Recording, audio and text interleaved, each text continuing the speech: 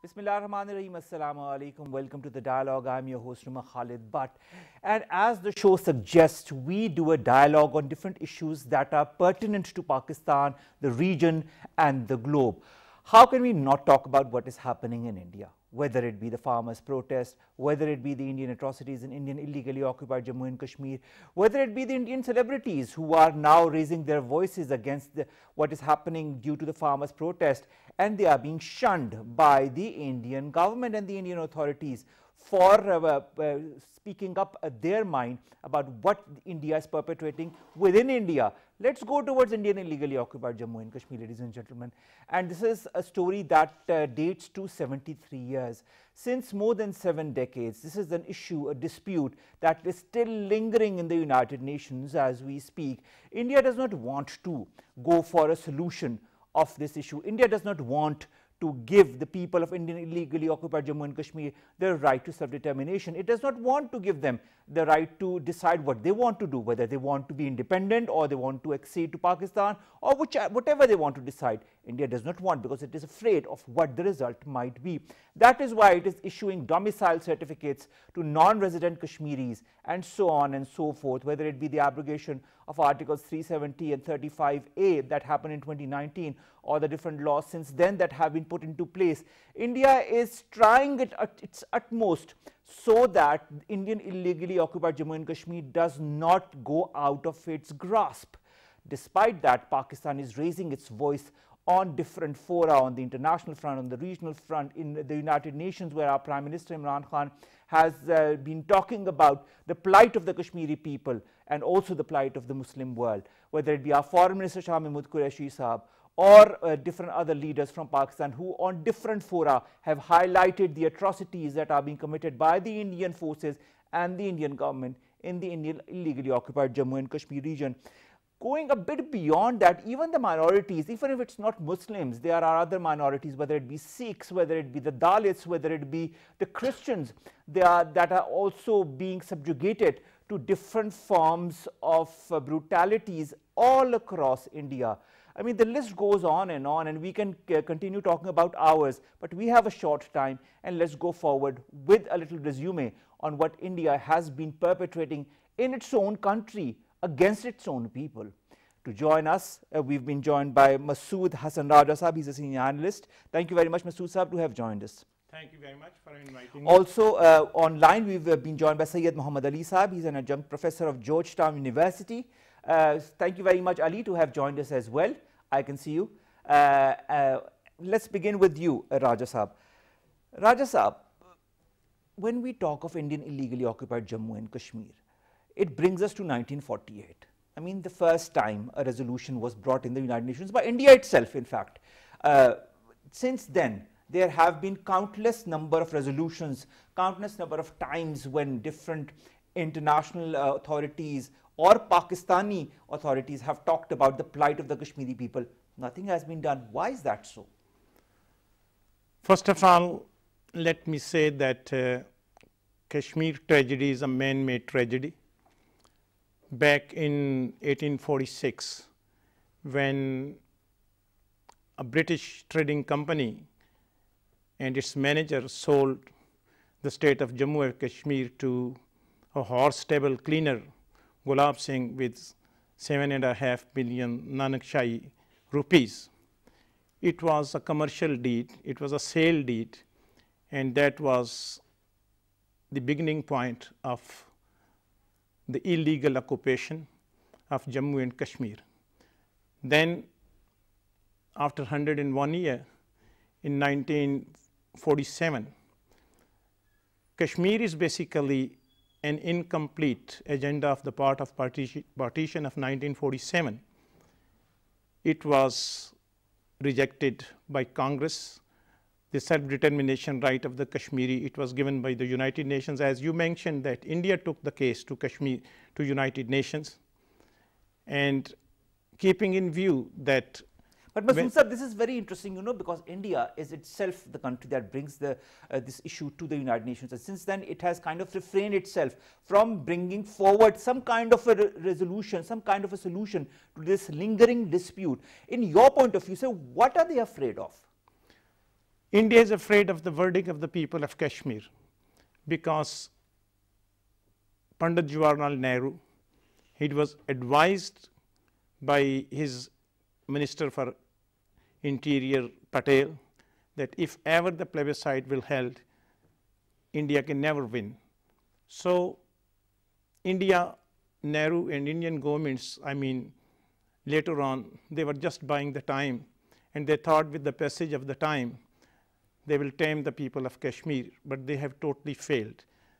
One thing is categorically very clear, that when India accepted Kashmir as a disputed territory, that means Kashmir is not an integral part of India. True. That means Pakistan is a party to the dispute.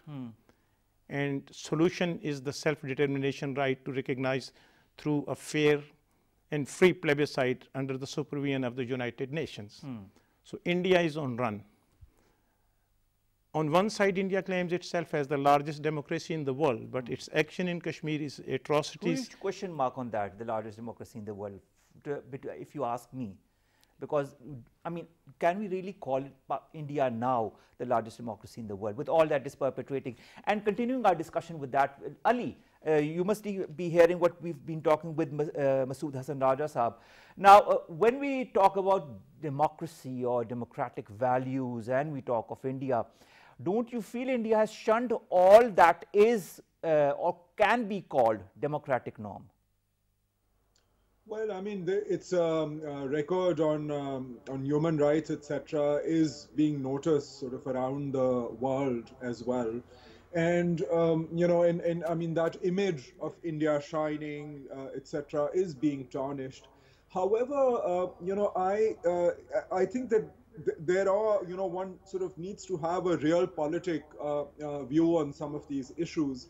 And, you know, even if we go back to the sort of the UN resolutions on it, I mean, it's important to acknowledge that, you know, within those resolutions, the idea was that on both sides of Kashmir, there would be a military drawdown.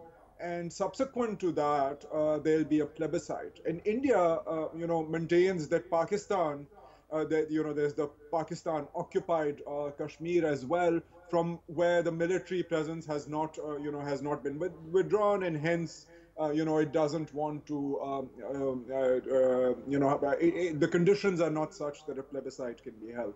However, subsequently, you know, particularly after the 71 war, you know, the sort of the terms of peace, if you will, have led the Kashmir issue to be dealt with, you know, in a bilateral manner.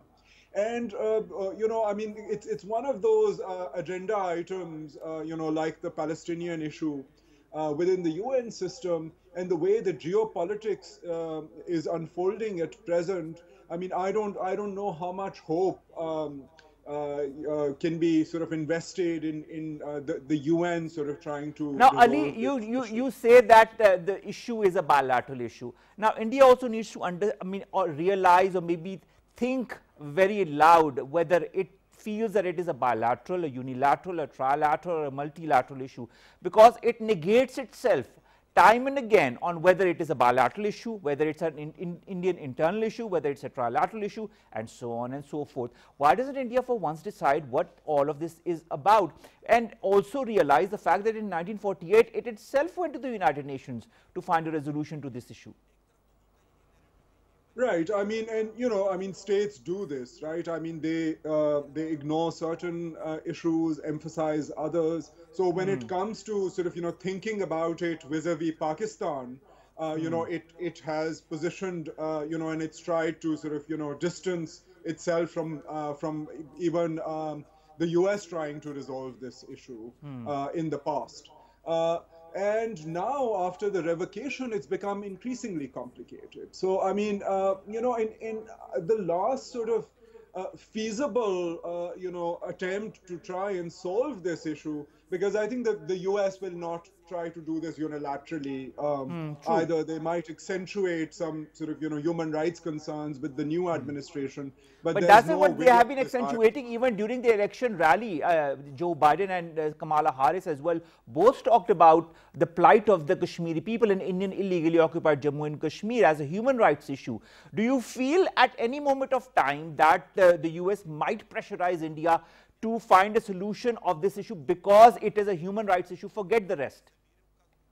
Well, I mean, look, human rights issues exist around the world, right? And I mean, even for the US, I mean, they have their own geostrategic imperatives. So even the Trump administration, despite his Muslim ban, it said that, I mean, he did more for the Uyghur Muslims in China than anyone else. But he did that also, not that that problem does not exist, but he did that, because of the strategic rivalry. And there was an absence, in terms of discussing the human rights violations ongoing in Kashmir, and we might see some of that. However, right, I mean, an emphasis on human rights there is one matter. The US will not, and it is also concerned perhaps about a nuclear confrontation, right? I mean, that is the other both countries are nuclear. Pardon? Both countries, Pakistan and India, have the capabilities. So that's the fear, right? I mean, if you look at it from the American perspective, they would want some semblance of sort of, order and some respect for human rights. But this is what I don't. This is what I don't understand, Ali. You're in the United States. You understand the U.S. perspective as much as Masood Hassan Raja Sahab also understands it. But on the one hand, both countries have the capabilities as far as the nuclear side is concerned. But the United States continues to go on with nuclear deals with India, not once, not twice, but many a times, the latest being the sale of the aircrafts to India. I mean, and why is it sidelining Pakistan in your point of view? Well, I mean, one is, I mean, they have a much greater concern, and we gave them that cause, right? Like regarding proliferation. There is, I mean, there is some cooperation with, with the US. I mean, when it comes to sort of military deals, but I mean, for them, after particularly the confrontation with China, India's confrontation with China, I mean, they do see China as, being able to contain Chinese ambitions on the Asian landmass, because they have other partners when it comes to the Indo-Pacific. So in your point of view, India is being used as a pawn by the United States against China. Well, I think pawn might be too sort of unilateral a word. I mean, India also has that desire, right? I mean, nation states see their own interests, and I mean, India sees this also as an opportunity. All right. Now, India sees this as an opportunity. Masood Hassan Raja Sahab, is Kashmir and the plight of the Kashmiri people also an opportunity for India? I think India is fighting a losing battle in Kashmir. India is on the wrong side of history as far as Kashmir dispute is concerned. And let me make it clear that the United Nations resolutions, they are equivalent to the international law. They are relevant. As long as they are not implemented, India cannot run from those resolutions, and it cannot be the member of the UN Security Council, permanent member of UN Security Council, until and unless it is not going to fulfill those resolutions regarding Kashmir. As far as bilateral issues are concerned, it is in accordance to the United Nations Charter, and India failed to implement the clause 3 and 7 of Simla agreements, which are categorically dealing that the final settlement of the Kashmir, that will be peaceful settlement, it will be done through the dialogues between Pakistan and India. And India, both countries, they are not going to change the status. But India, as far as I think Siachen is concerned, as far other matters are concerned, India failed to fulfill its commitment even as a bilateral partner. Pakistan is a recognized party, and I think that the Indian atrocities has crossed all the limits of human behavior in Kashmir, and over 150 Kashmiri men, women, and children, they have been killed since 1990. And if you go back to 1947, the massacre of Jammu, almost 500,000 Kashmiris, they have been killed by the Indian mercenaries army. Today, Kashmir is the largest military concentration camp in the world. 900,000 plus troops. Yes. And what I feel is civilized world cannot run from its moral responsibility. But it is running, the civilized world is running from this issue, isn't it? I mean, do you see any action being taken? No. The thing is that instead of to go for the resolution of the dispute, unfortunately, even the United States, which is the signatory of all those UN resolutions which were passed, and it is the moral obligation of United States as well.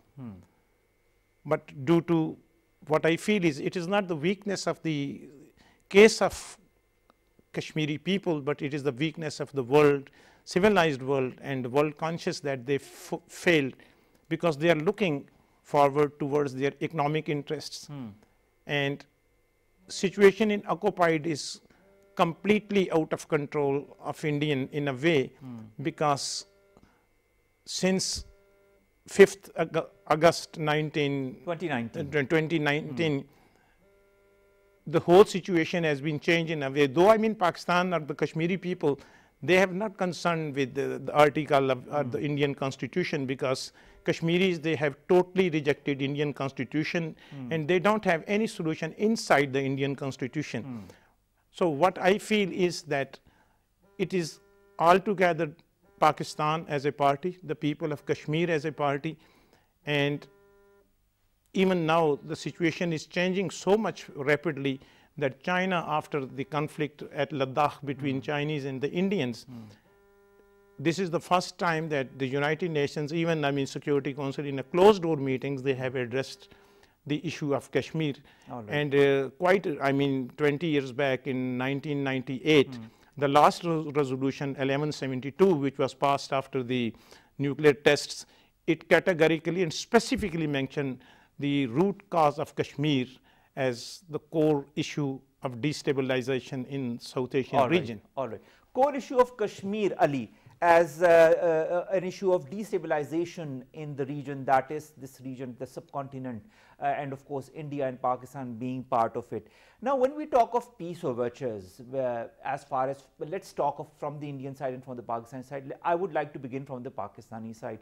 We've had the Chief of the Army Staff, we've had our Prime Minister, we've had our Foreign Minister talk about peace overtures, olive branches towards India for talks, and including all the important issues that include the issue of Indian illegally occupied Jammu and Kashmir. On the Indian side, we don't see any such move coming forward. Why is that the case in your point of view? Yes, I mean, at one level, I mean, there, recent statements by Pakistan, but if you go beyond sort of expressing a desire to dialogue, I think that the last time that there was actually a feasible plan put forth, which was Kashmir-centric, was the 4-point formula set forth under the General Before we Musharraf go towards that 4-point formula, I'd like to say hello to Mr. Hamid Khan Al-Mushtaki Saab. He's also a senior analyst who have joined us in the panel. Thank you very much, Hamid Saab, to have joined us as well. And of course, let's go back to Ali. You were saying about the 4-point agenda. So the 4-point formula was saying that there would be de-escalation and some kind of, allowance across the borders for the Kashmiris, right? And that situation has become problematic with revocation of Article 370. But if you look at our Prime Minister's statement, right, I mean, he has basically said that India needs to revoke that article. Now, given the political domestic situation within India, I don't see the chances of that really happening. The judiciary has not taken, the Indian judiciary has not taken a strong stance on it. I think that there needs to be out of the box thinking, right? Like, so what happens to something like the 4-point formula which India did try to take seriously. And how do we, how do we think about something like that given the reality of the revocation? Right? I mean, it's not to undermine the plight of the Kashmiris, but it's but the fact is, Ali, at some point of time, I mean, there needs to be some kind of a beginning, some kind of a start to these talks. But the talks are between two people, two entities, two countries, two administrations. If one administration is still not willing to talk, you can go to some extent, or to whatever extent they go to, any talks, whether it be the intra-Afghan peace talks or the talks that Pakistan wants to have with India on all long-standing issues. There needs to be some kind of a reaction, a positive reaction for those talks to take place. If there is no positive reaction, then how can the talks take place? And then, of course, we can go forward to other topics, to other issues, whether it be a revocation of Article 370 or 35A. But, there has to be a beginning. There's no beginning, I mean, as far as I see. Yeah, I mean, right now, I mean, I concede to that there hasn't, and in fact, on the flip side, I mean, there's this sort of lingering tension in the air, right? And that is an issue of concern, but at least in terms of signaling to other sort of countries who also have an interest here, I think that there needs to be a post 4-point formula, given the ground realities, given the sort of the reluctance of the international community to go beyond trying to avert a nuclear conflict and to accentuate sort of the human rights concerns, because I don't see us living in a world where there could be a revisionist a revision of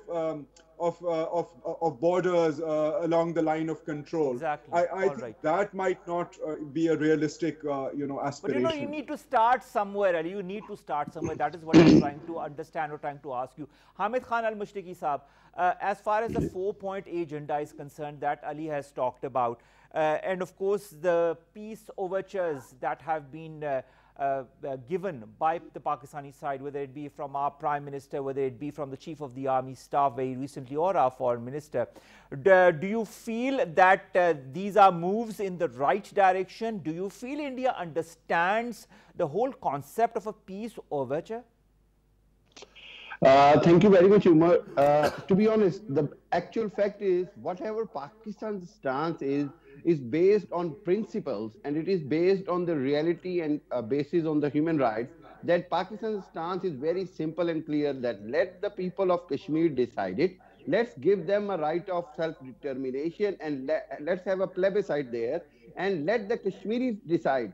Pakistan has always said very clearly that if Kashmiri decides to have an independent country, Pakistan won't object it. Kashmiri wants to be the part of Pakistan. Pakistan is more than happy to be the part of Kashmir with them. And if Kashmiri wants to live with India, Pakistan won't object. But let them decide that for themselves. Let them decide.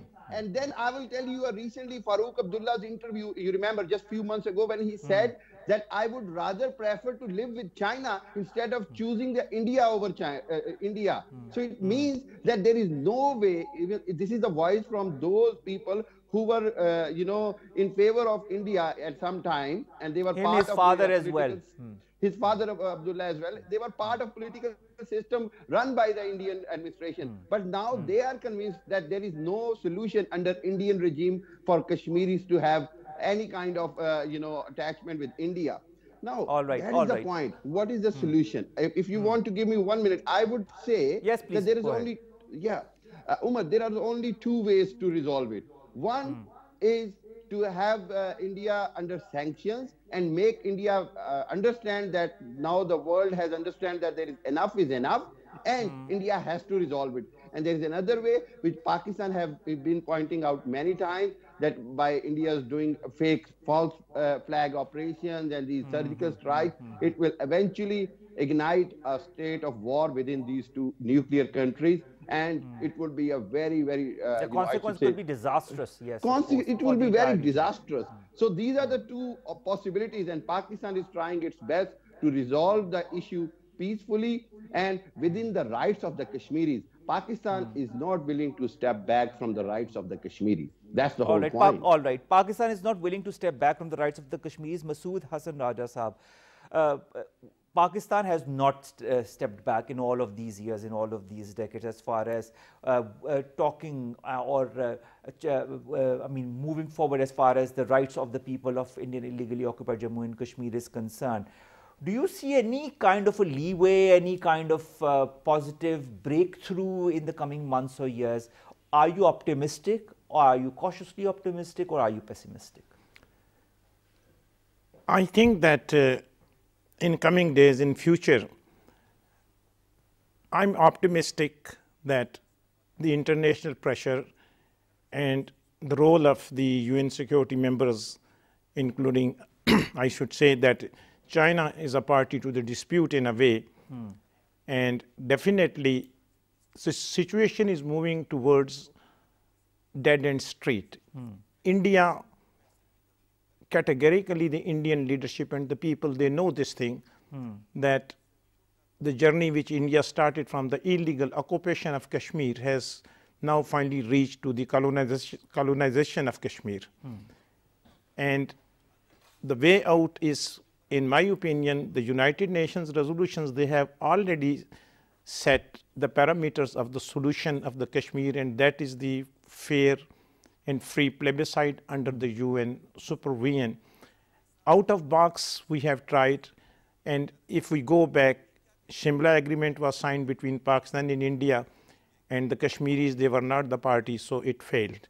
Then Sheikh Abdullah tried to sort out internal solution with Indira Gandhi, that got failed. As long as Pakistan and the people of Kashmir and India as an occupier, as a colonist, and then as a grantor, I don't hesitate to include People's Republic of China as a grantor, and United States. Will India be willing to have China as a guarantor? That's a huge question mark, given the situation that exists in the region as we speak. What I should say, as a superpower, as an emerging superpower, whereas, I mean, we are requesting and we are asking the United States, Pakistan must include China. I mean, because China is up since the clash between the Chinese and the Indians at Ladakh. China has become the part of the whole dispute. Or the tension in the region. Of course. And what I think is that it is the time Indian intelligentsia, Indian people, they must realize this thing, that the saffron terrorism will take them nowhere. The Modi regime is, as it is run by the philosophy of RSS, which is borrowed from the Nazi Germany and the fascist and the apartheid system. India has a siege within. And India's situation, there are 28, almost you can say 28 indigenous freedom movements are going on in India. I mean, the Sikhs and the Assamese, the Nagas and Naxalites, I mean, you name it. So it is the beginning of an end. This is an artificial union, but as far as Kashmir is concerned, certainly what I say is that the Pakistan's principal stand, it will definitely, pay back to the people of Kashmir. Their sacrifices, they have made the supreme sacrifices for their liberation, for their struggle, and there is no any other solution other than the implementation of the UN resolutions on Kashmir. All right. Ali, is there any other solution apart from the implementation of the resolutions of the United Nations as far as the Indian illegally occupied Jammu and Kashmir is concerned? You talked of out-of-the-box solutions. Do you have some out-of-the-box solutions? Well, I am not, unfortunately, that hopeful. And I think that, we can be, and, this is an emotional issue, but one has to look at the world with a pinch of salt, right? I mean, where terms like democracy, etc., and this moralistic rhetoric gets thrown around, right, by different states. I totally agree with you. Right? So in that sense, we have to, we have to, when we saying out of the box solutions, I mean, I frankly haven't seen anything after the 4-point agenda, right? Especially now with the revocation of the special status of Kashmir, right? So I mean, we can keep going back, to stated positions, hardened positions, and keep reiterating them, right? But in the meanwhile, I mean, lest India, fragments and breaks up, and I mean, there's internal tensions even across the border, right? So yes, the Naga issue is a problem. Yes, the Sikh issue is a problem, and these issues have been there even before the BJP. Right, I mean, so we keep talking about the BJP as this fascist government. In the last couple of years, Ali, I think you'd agree with me, they have really been fanned in the last couple of years since the Modi regime came into power. They have been, but right, I mean, remember Jarnail Singh and Indira Gandhi, right? Remember the Golden Temple. So, I mean, with the Kashmir issue, I mean, the Congress has also had, when it came to the revocation, there was consensus. Political consensus within India, right? So yes, I mean, there is a majoritarian democracy. There's no doubt about that within India, right? But thinking that this is the last straw on the Indian democracy's back could be wishful thinking, right? And I mean, lest there is more Kashmiri centric, solutions to the problem where Pakistan will not get essentially, lowering the expectations that Pakistan might not get that territory, right? I mean, what other solutions are there? I mean, independent Kashmir, or let people decide, let the people of Indian illegally occupied Jammu and Kashmir decide what they want to do. Give them their rights. I mean, isn't that part of a democratic value? On both sides, a loosening, right? A loosening up of, of Kashmir, and this has dealt the revocation. Has dealt a serious blow to that model. So is there, I mean, is there a possibility to walk back and go there rather than, insisting on a referendum that would Hamid Khan Al-Mashriqi Sahab, is there a possibility of some out-of-the-box solution, some kind of an alternate solution as far as the whole issue of Indian illegally occupied Jammu and Kashmir is concerned? Yes, Umar. I have good news for you, that there is a solution and it is going to be implemented eventually. And I'll tell you, I believe that if India gives the freedom to Kashmir sooner, it is better for India. Otherwise, we have seen the separation movements in India, and eventually it is going to be divided into many countries. And the first, the countries who will be independent from India will be Khalistan, and then Kashmir, and then Nagaland. So actually, India is facing its karma now. Whatever India has done for 70 years with its minorities, whether it is Sikhs, whether it is Buddhist on the Gorkha side of Nepal side, whether it is Christians on Kerala and Nagaland, whatever they have done to the minorities, this is what they're going to reap what they sow. Because this is now 21st century. All over, India, there are many movements, and unfortunately, or you can say fortunately, Modi is keeping his own public into darkness. Modi is not telling them what is happening and how slowly and gradually things are going out of Modi's hand, out of India's hand. And I'll tell you one thing, the way Indian Supreme Court have become the puppet of BJP and RSS tool, the way Indian army has become just a rogue army and it has become a bunch of goons, they are not even capable to, defend their own country in future. And we will see a rebellion within, Indian army. There are news that Sikhs are already very much concerned what's happening in Punjab, Haryana and other, Sikh states.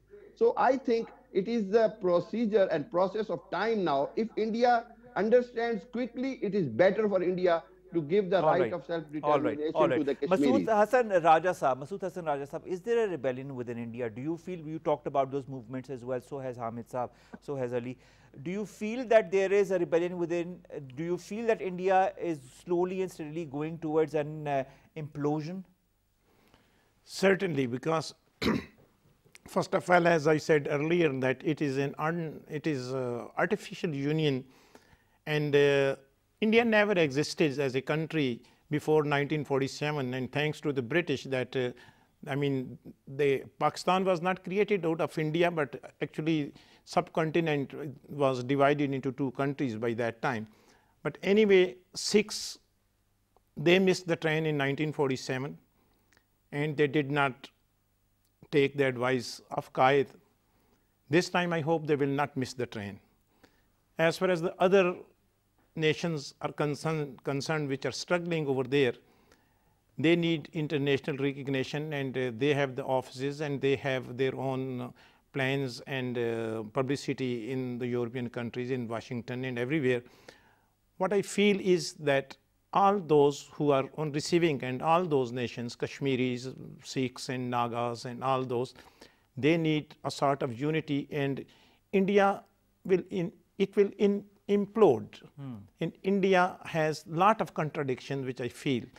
And as a final solution, what I say is that India needs to rethink, and it needs to redraw the borders again. All right. And as far as well, I don't see that happening if you ask my point of view. No, what I feel is that all these years, for 72 years, Pakistan did not struggle that it should accept line of control as an international border or status quo. And the people of Kashmir, they will never compromise less than the rights of the self-determination. Indian solution has failed. India is just as an occupier, just as an, colonist power. It is suffering from an old disease which every colonist and occupiers, they have gone through to claim their rights on others' territory. France used to say that Algeria is its integral part. True. India, British, they used to say that India is the jewel of their crown. And same case was every, you can say colonist country. What I say is that as long as India will have to give up Kashmir, and definitely the people of Kashmir, they will be successful in their struggle, and Pakistan's moral stand, Pakistan's political, stand, and even the UN resolutions, the UN Charter allows the occupied people to struggle against the occupier, and it is the moral obligation of the member states to support the occupied people and provide them all kind of help as per the UN Charter, and supporting Kashmiri people and their indigenous movement. India failed to Pakistanize the Kashmir freedom movement. It is exposed to the world. And now the people of the world, the civilized people, they know this thing, that India's today's status, it is not the democracy, but it is basically an apartheid state. It is a racist, fascist regime which will take India to its, you can say, logical conclusion. Okay. Ali, India might go towards a logical conclusion. Masood Saab says India has a contradiction. Indian solution has failed. And of course, do you agree, disagree? And secondly, also when we talk of humanitarian issues, what is going on in illegally occupied Jammu and Kashmir, and then we'll go to other issues as well within India, do you feel some kind of humanitarian intervention is possible?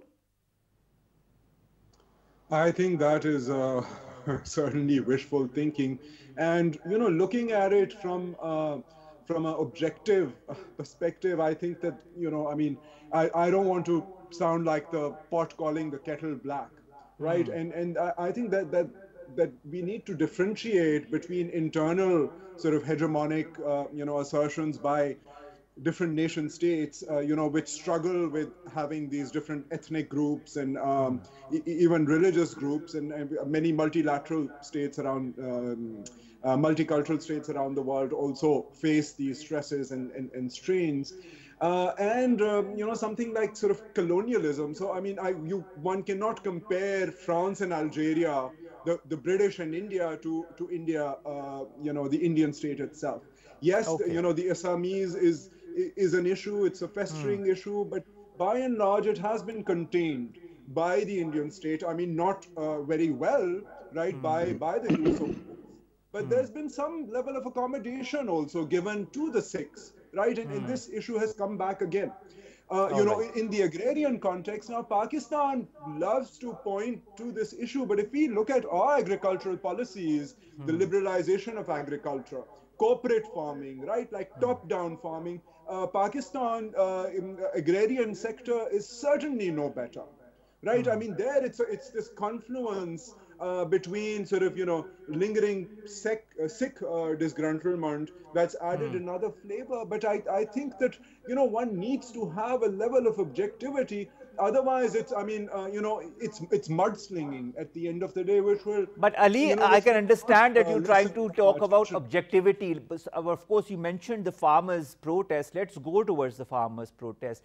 Let's talk about the tens of thousands of people who are, as we speak, in New Delhi, on the barriers of New Delhi. And there is some kind of, as has been pointed out in the media, a Berlin Wall that has been created to avert and to stop these farmers from entering New Delhi. We saw what happened at the Red Fort. We also saw that they are continuing their protest. We also know that the farmers do not want to relent, do not want to subside until and unless the Indian government kinds of repeals those 3 laws that it has put forward, as far as you talked about, the agrarian laws are concerned, or the mindset is concerned in India. As we don't see such a protest happening in Pakistan, and as we see that this is happening in India, and not since now but since many months, and a lot of people have been injured, people have also died, and there is international condemnation which also has been condemned by the Indian government. What's your take on all of that? When Greta Thunberg, when Susan Sarandon, Yes. when Rihanna, when all these celebrities talk about the protests, and when the Indian government says, and of course launches FIRs against Greta Thunberg, what do you feel? What's your take on that? I agree with you, Omar, that it's come to a situation in the international issue around it. And look, this started happening in the 90s, right? When India opened up its agricultural sector, right? We saw Monsanto come into India. We saw farmer indebtedness starting to go up, and the confluence of climate change, right? And the increasing unwillingness of the state to subsidize agriculture. Right, Pakistan has had the Green Revolution and de-peasantization and increasingly, very skewed land ownership as a lingering problem. But certainly, in India currently, in the last decade or more, there's been the phenomena of farmer suicides out of desperation and indebtedness. Exactly. And now, now what we are seeing there is a distinct, phenomena. This is a movement. I'd call it a movement, Ali, whether you agree or not. I call it a farmers' movement, not a protest. Exactly. All right, now Hamid Khan Al-Mushtaki Saab, Nodeep Kaur, Kamala Harris's niece, talking about her. She is a Dalit, she is a labor rights activist, she is associated with the Mazdoor Adhikar Sangathan Union, and she is in jail. Why are the Indians not letting people talk their, whatever their voice? Why are they not letting them, why are they kind of stopping their voices, curtailing their voices in a country that prouds itself to be one of the, or the largest democracy in the world? Umar, actually we have seen the real face of Indian so-called secularism, and this Modi regime has turned India into a racist country who is not willing to listen to anyone but RSS ideology, Hindutva ideology. They have zero tolerance against a single tweet of Rihanna, which was one-liner tweet, and they bring a storm all over in India against her. Then if we talk about what's happening in Delhi, Umar, there are 2 aspects of it. I would say one is we have seen what the Sikh movement did. They entered into the Red Fort and everything. Can you imagine if there will be Kashmiris entering in Delhi or entering in Secretariat of Srinagar, how the Indian forces would have dealt with them? There would be pellet guns on them. There would be hundreds of women or protesters would have been made blind, and there would be shooting. Dozens could have been killed. This did not happen. This is the difference between a treatment to a Kashmiri against Indians, and this is the treatment between Sikhs and Kashmiris. I fully support the movement of Kashmiris, and I know it will conclude it into Khalistan.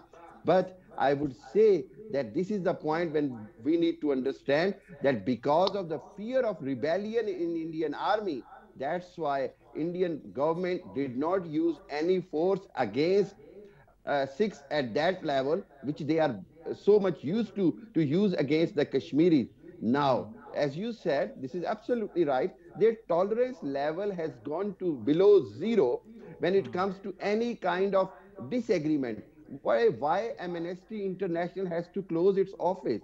Can you imagine that they write up one report about the Delhi incidents where the Muslims were killed, and they have been forced to close down their offices, their accounts were seized. This is happening to the Amnesty International. Then there are many and other so on human and so rights forth. organizations. Hamid Khan al-Mashriqi Sahab, I mean, if we continue this discussion in the same way, there are lots of issues that are happening. There are lots of things that are happening. And this is a continuing discussion on the plight of people, of minorities, of Kashmiris in India. And all we want is some kind of a solution to come out of it. Firstly and foremostly, that the people of Indian illegally occupied Jammu and Kashmir be given their right to decide what they want to do. Let them vote, let them have their plebiscite and decide what they want to do. Whatever they want to do, I'm sure Pakistan will agree with it. And it is, but you know, it is the need of the hour. If you call yourself a democracy, you need to uphold democratic values, and you need to understand also when it comes to the farmers' protests, you need to understand that you need to get down and talk to them after 11 rounds. If there's no tangible outcome of it, then you need to kind of also back down to some extent. That is how you talk within a democracy, and this is what I feel. So a lot of tarnishing of India's image is happening as we speak. It has been happening with Kashmir, now it is going even beyond. So thank you very much to all three of my guests to have joined us online. I'll thank my online guests first of all, Syed Muhammad Ali Saab and of course Hamid Khan al-Mashriqi Saab, to have joined us and of course given us your eminent point of views, which we of course respect a lot. And finally, Masood Hasan Raja Saab, to have joined us in the studios as well, and to have given us a kind of a history of the whole Kashmir dispute as well. We really hope that some kind of a solution comes, but of course nothing will happen until both sides are ready to go towards talks. With that, ladies and gentlemen, we come to an end of this show. We'll take care of ourselves. All I can say is wish for a better future for this region, and that can only happen when peace comes in Indian illegally occupied Jammu and Kashmir through a plebiscite. Allah Hafiz.